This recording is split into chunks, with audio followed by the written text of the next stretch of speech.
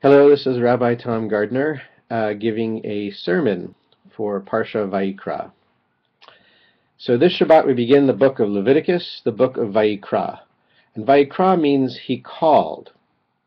As always, we take the name of the book from the first important word in the book. In fact, in this case, from the very beginning of the entire book. The book of Leviticus has other names, Torat Kohanim being one, instruction for priests. A very apt title, as the book itself is mostly a book of instruction on how to perform various kinds of sacrifice. No doubt the priests did study from this book, and there was much to learn. Every different sacrifice had its order, its specific animal or grain, and everything had to be done exactly right.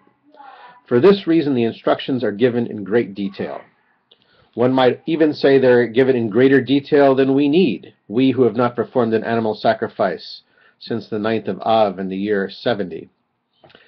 So why might we still be interested in reading about the sacrifices now, so many years later? As a note in our Eitz Chaim, the Torah commentary tells us it's because the emotions that drove our ancestors to make sacrifices are still the emotions that drive us to practice religion today. In other words, the sacrifices are the same poetry in a different language. What exactly are we trying to say with that poetry? It's easy to see if we take a closer look at the language of the Torah. The first line in the book of Leviticus is Vayikra el Moshe Vaydaber Adonai alav me'ohel moed lemor. Literally translated, he called to Moses, and God spoke to him from the tent of meeting, saying, and what follows are the instructions for the sacrifices. We know by the fact that this book is called Vayikra that we have never before begun with the words he called. We are more likely to begin with the words God spoke to Moses, saying, and why he called rather than God called. It's not a secret who we're talking about. God's name appears right afterwards in this very verse. So the use of the pronoun instead of the name of God creates a sense of distance between Moses and God. And when we realize that, it also occurs to us that the difference between speaking to someone and calling to someone, or calling them on the phone, is the distance between them. Distance. So here is this person, Moses, called the friend of God, the closest person to God there has ever been, and even between Moses and God, there is distance. So maybe we shouldn't feel so bad when we see the distance that sometimes lies between God and ourselves. If even Moses felt far from God sometimes, it's okay for us to feel some distance as well. And what do we do when we feel this distance? In the Torah, we're told to bring a sacrifice. The word for sacrifice in Hebrew is korban. And that word shares a root with the word karov, which means close.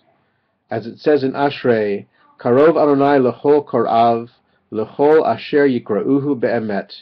God is close to all who call to him, to all who call upon him in truth. So we call to those who are distant, and the answer we're given is to make sacrifices which will bring us closer. We have the same problem today. We feel distant from God, we want to feel closer. In the days of the Mishkan, sacrifices were the method for drawing closer. That method is not available to us today. The rabbis of the Talmud have told us that we have replaced the sacrifices with prayer. As the prophet Hosea has said, take words with you and return to the Eternal. Say to him, forgive all guilt and accept what is good. Instead of bulls, we will pay with our lips.